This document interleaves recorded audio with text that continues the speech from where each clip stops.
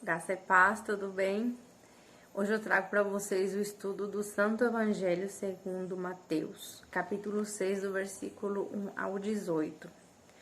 Mas antes eu quero compartilhar com vocês que esses dias eu venho fazendo os estudos em áudio e esse estudo eu me vi na obrigação de fazer vídeo de novo, porque aqui ele ensina o jeito que deve ser feita a oração. Assim como Jesus vem ensinando várias coisas para nós, a gente estudando sobre isso. E essa é uma oração que desde que eu me entendo por gente, que eu me entendo por cristã, eu faço todos os dias. E agora com muito mais entendimento, eu já tinha absorvido algumas coisas, alguns entendimentos, mas agora com esse estudo é maravilhoso, é muito mais prazeroso fazer essa oração.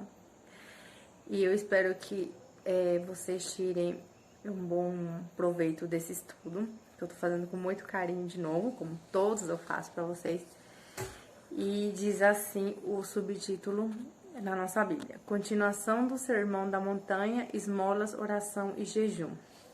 Então, o nosso estudo fala aqui sobre o perigo da ostentação espiritual, porque aqui Jesus ele alerta para o perigo de uma justiça que se autopromove em busca dos holofortes e o reconhecimento diante dos homens, né?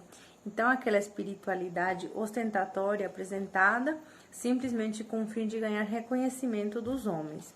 E não é nisso que a gente tem que se basear, não é os homens que a gente tem que agradar a Deus. Então, a prática da justiça, como diz no verso 1, guardai-vos de fazer a vossa esmola diante dos homens. O que quer dizer isso? A justiça, como fala, né? A esmola, ela deve ser praticada, mas não como uma propaganda para seu autoengrandecimento. Quem deve receber a glória pela justiça, pela esmola praticada, é Deus, e não o homem. Exercer justiça diante dos homens é uma consumada hipocrisia. Hipocrisia ela é uma palavra que origina-se do antigo teatro. Quer dizer assim, que hipócrita era um ator, porque quando os atores desempenhavam um papel onde eles fingiam ser quem eles não são. Então, isso quer dizer hipócrita. Aí, então, fala sobre a motivação também da justiça, com o fim de ser desvisto por eles. Então, uma espiritualidade que busca ser vista pelos homens com o propósito de ganhar a aprovação dos homens, em vez de revestir-se de humildade, com o fim de agradar a Deus, é soberba e está na contramão da verdadeira espiritualidade. Então, aqueles que ostentam justiça para ganhar aplausos dos homens não receberão nenhum galardão da parte de Deus. A verdadeira espiritualidade em relação aos homens, o exercício da misericórdia dos necessitados, como diz os versos 2 ao 4. Então, as três obrigações religiosas dos judeus piedosos eram, na época, as esmolas, orar e jejuar. E mesmo assim, as coisas mais sagradas, entretanto, ainda podem ser corrompidas pelas motivações egoístas. O homem, ele não é salvo pela obra da caridade, mas evidencia a sua salvação através delas. Quer dizer assim, que a salvação não é pelas boas obras, mas para as boas obras. A graça é a causa da salvação, a fé é um instrumento, então as boas obras é o resultado disso. Então, a salvação não é pelas boas obras, mas a graça é a causa da salvação, que a fé é um instrumento e as boas obras acabam sendo o resultado disso. A misericórdia ela é uma prática esperada do cristão, porque Jesus ele não diz aqui se deres esmola, mas quando ele fala aqui quando deres esmola. Então, ele afirma e espera que o cristão dê esmolas. Dar esmolas depois tocar as trombetas, chamando a atenção para si, é uma espiritualidade farisaica e não cristã. O que quer dizer farisaica? Quer dizer que a pessoa é falsa, fingida e mentirosa. Então, a gente acha que entendemos bem essa parte, né? E o cristão, ele não dá para o necessitado para ele ser suprido, mas sim para que Deus seja glorificado. A misericórdia feita com a motivação certa, ela recebe de Deus a recompensa, é o que Deus fala aqui no verso 4. Aquele que é feito ao próximo em secreto, longe dos holofortes, ele recebe de Deus, que vem em secreto, a verdadeira recompensa. A vida de oração em secreto. É um outro subtítulo que fala do verso 5 ao 8. Vou ler aqui para vocês. E quando orares, não seja como os hipócritas, pois se comprazem orar em pé nas sinagogas e nas esquinas das ruas, para serem vistos pelos homens. Em verdade vos digo que já receberam o seu galardão. Mas tu, quando orares, entra no teu aposento e, fechando a tua porta, ora para o teu pai que está em secreto, e teu pai que vê secretamente te recompensará. E orando, não useis de vãs petições como os gentios, que pensam que por muito falarem serão ouvidos. Não vos assemelheis, pois, a eles, pois vosso Pai sabe que vos é necessário antes de vos perderes. O que quer dizer ali? Assim, e destaca assim algumas lições oportunas, diz aqui. Que o cristão é alguém que ora, certo? Então, diz assim, e se orares? Ou seja, Jesus não diz e se orares, ele diz e quando orares. Então, não há cristão verdadeiro sem oração. Quem nasce de novo, clama. Quem conhece a palavra de novo, clama, Pai, Abba, Pai, porque a gente entende esse íntimo, esse secreto com Deus. Um cristão não é um ator no palco, mas é um pecador quebrantado, longe dos holofortes. Como diz aqui no verso 6, o seu aposento aqui mencionado, ou quarto, é o lugar onde se guardavam as provisões da casa naquela época, como ele fala, né? Então, é um cômodo sem janela, absolutamente fechado aos olhos dos espectadores. Então, na época, a despensa era um lugar onde não tinha janela, e Deus falava assim, vai no seu íntimo, no secreto, não precisa fazer em público como os fariseus, né? Então, a oração não é um discurso de ostentação diante dos homens, mas é um derramar do coração diante de Deus. A oração é uma conversa íntima com o Pai. Orar é deleitar-se em Deus, mais do que rogar as bênçãos de Deus. A dádiva, por mais excelente, então não serve como substituto do doador. Deus é melhor que qualquer bênção. Que nem eu acabei de ler num texto falando assim, até o não de Deus é uma bênção na nossa vida. Um dos comentaristas aqui, Charles, diz assim que as orações cristãs, elas são medidas pela sinceridade e não pela duração. Os pagãos repetiam palavras e mais palavras a fim de serem ouvidos por seus deuses. Mas o cristão é alguém que está na presença daquele que sonda o coração e conhece as necessidades do cristão antes mesmo que esse faça qualquer tipo de pedido. A expressão grega, tem uma expressão aqui grega que é traduzida por vãs repetições. Ela traz a ideia assim, que aquela repetição, elas são mero palavratório ou tagarelice, diz aqui. Palavra oca, conversa tola e repetição vazia. Ela se traduz a uma expressão popular que fala assim, é blá, blá, blá. Imagina, você tá orando, orando, orando, aquelas coisas repetitivas assim, e é um pleno blá, blá, blá para Deus. Então, a gente pode ilustrar isso com a prática dos adoradores de Baal, tá em 1 Romanos 18, 26, e com a prática dos adoradores da deusa Diana, tá em Atos 19, 34. Então, isso é bem forte, né? Porque quando a gente aprende a ter um íntimo com Deus, realmente, às vezes, não precisa nem falar muito, às vezes você nem fala, que Deus já entende o nosso coração. Ele sabe o que a gente quer. E Ele sabe o que é melhor para nós.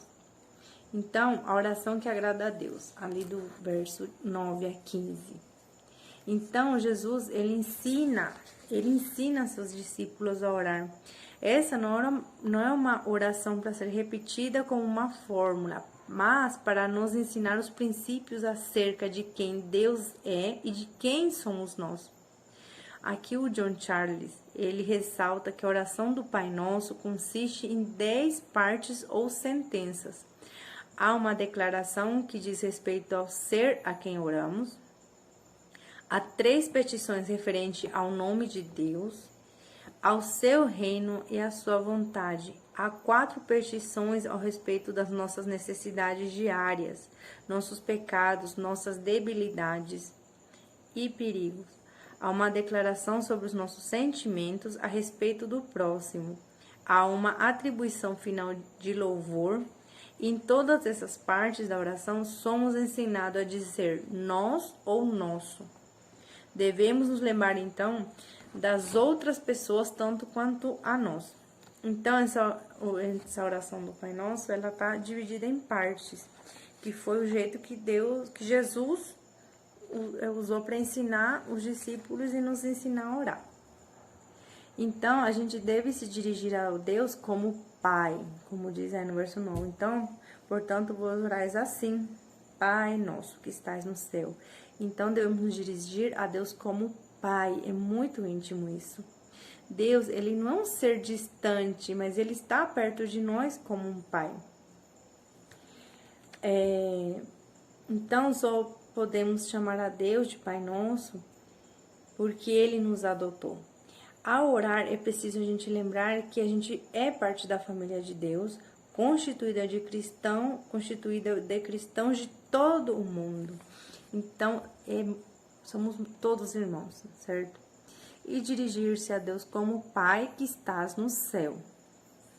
O fato de termos intimidade com Deus, ela não anula a grandeza dele. A grandeza insondável e sua glória incomparável. Ele é o nosso Pai que está no céu. Ele é elevado, sublime e glorioso. Então, sobre o conteúdo da oração e as petições, que continua ali do 9 ao 10. Então, antes de buscarmos o nosso interesse, ou mesmo pleitearmos nossas necessidades, devemos nos voltar a Deus para admirá-lo, adorá-lo e exaltá-lo. Devemos orar para que o nome de Deus seja reverenciado, honrado, temido e obedecido. Sobre o reino de Deus. O reino de Deus é o governo de Deus sobre os nossos corações. Na medida em que o evangelho ele é anunciado aos pecadores que se arrependem e creem, o reino de Deus vai alargando suas fronteiras. Então, nossa vida precisa ser o palco da manifestação do reino de Deus nesse mundo. Porque aqui é um palco, então nos espera algo melhor. A vontade de Deus. O Michael Green, ele diz aqui que a oração não é informar a Deus o que ele ainda não sabe, nem oração e procurar mudar a mente de Deus. Nem oração tentar mudar a mente de Deus.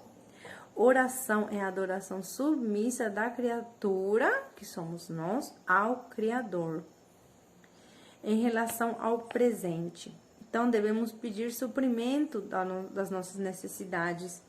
Como diz no verso ontem, o pão nosso de cada dia dá-nos hoje. O pão nosso de cada dia dá-nos hoje. O que quer dizer isso? Para o suprimento das nossas necessidades. Então, devemos pedir não o luxo, mas o pão. Pedir não egoisticamente, mas pedir o pão nosso.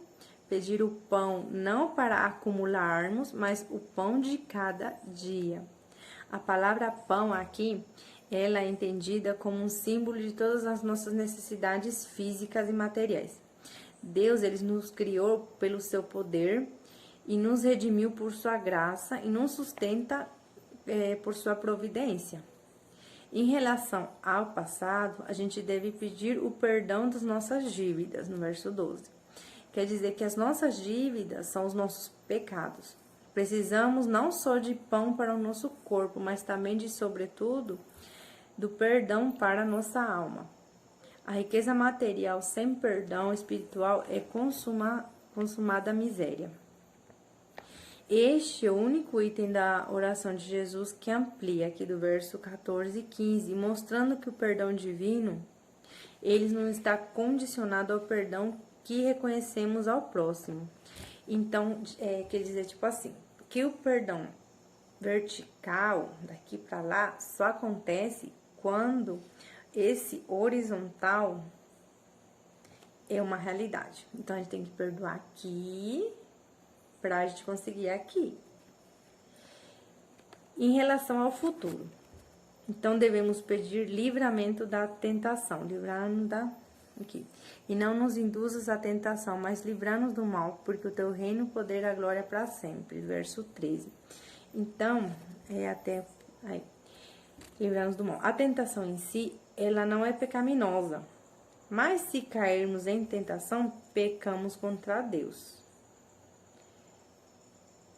Contra o nosso próximo e contra nós mesmos. Precisamos, portanto, rogar a Deus para nos livrar do mal, ou seja, do maligno. Nossas tentações procedem do nosso coração corrupto e do tentador maligno, e precisamos nos acautelar e vigiar todo dia.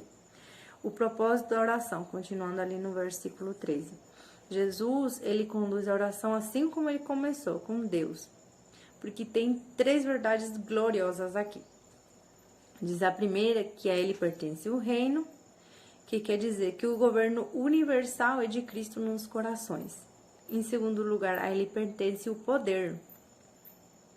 Ele tem todo o poder no céu, na terra. O seu poder é ilimitado. Ele pode tudo quanto ele quer, nada lhe é impossível. Em terceiro lugar, a ele pertence a glória para sempre. A sua glória, Deus, ele não dá a ninguém, nem mesmo divide com ninguém. Ele tem glória em si mesmo e toda a criação proclama a sua glória. A sua glória está em seu Filho e também na igreja. E a verdadeira espiritualidade em relação a si mesmo. A prática do jejum longe dos holofortes. Ali no verso 16 e 18 fala sobre isso. E aqui o John Charles, ele diz que o jejum é uma abstinência ocasional do alimento, a fim de levar o corpo em sujeição ao espírito. Patriarcas, profetas, reis jejuaram. Jesus, os apóstolos e os cristãos primitivos jejuaram. Jejuar é abster-se do bom para alcançar o melhor. Quando comemos, nós nos alimentamos do pão da terra, que é símbolo do pão do céu. Mas quando jejuamos, nós nos alimentamos não do símbolo, mas do simbolizado, ou seja, o próprio pão do céu. Então, destacamos algumas lições ainda aqui. Que o cristão é alguém que não despreza a disciplina do jejum, no verso 16, mas uma vez, Jesus não diz, se jejuares. Jesus não diz, se jejuar, mas ele diz, quando jejuares. Então, Jesus pressupõe que o cristão é alguém que jejua. O único jejum que Deus exigia do povo judeu, Deus exigia naquela época do Antigo Testamento, era a celebração anual do dia da expiação. Tá lá em Levíticos 23, 27. Vou ler para vocês, diz assim. O Senhor diz a Moisés, dia 10 do 7º mês é o dia em que os pecadores do povo, os pecados do povo são perdoados. Nesse dia, ninguém deverá comer nada e todos deverão apresentar a Deus, o Senhor, ofertas de alimento. Os fariseus, porém, eles jejuavam 2 vezes por semana, tá? Em Lucas 18, 12, os fariseus. E na oração deles, eles falavam, e eles eram daqueles escandalosos, que é para todo mundo escutar, lembra? Então, jejuo 2 vezes por semana e dou a 10ª parte de tudo que ganho, os fariseus. E eles ainda faziam, que nem eu falei, de modo visível para todos. Óbvio que não é errado jejuar, Mas se fizermos isso da forma certa, com a motivação certa, é o jeito que temos que fazer. Então, os homens e as mulheres nos tempos antigos, eles jejuaram, Jesus jejuou, está em Mateus 4:3. Então, e o diabo sabia que Jesus estava com fome, porque ele estava jejuando. Então, o diabo chegou perto dele e disse: se você é o filho de Deus, mande que essas pedras virem pão. Então, os crentes da igreja primitiva também jejuaram, tá em Atos 13:2. Certa vez, quando eles estavam adorando o Senhor e jejuando, o Espírito Santo disse: separem para mim Bernabé e Saulo a fim de fazerem o trabalho para o qual eu vos tenho chamado. Então, o Tom Oveston, que é um dos comentaristas do nosso estudo, ele deixa claro que o jejum é uma prática universal. O cristão entende que o jejum não é uma autopropaganda, mas é um autoquebrantamento. Não jejuamos para fazer propaganda da nossa espiritualidade, mas para nos humilharmos diante de Deus. Então, finalizando esse estudo, um cristão pratica o jejum, e sobre as esmolas também isso, não para receber recompensa dos homens, mas tudo isso é para agradar a Deus. Amém? Então, que tenha aprendido alguma coisa com esse estudo, ficou um pouquinho extenso, mas vale muito a pena. Até a próxima. Beijo, tchau!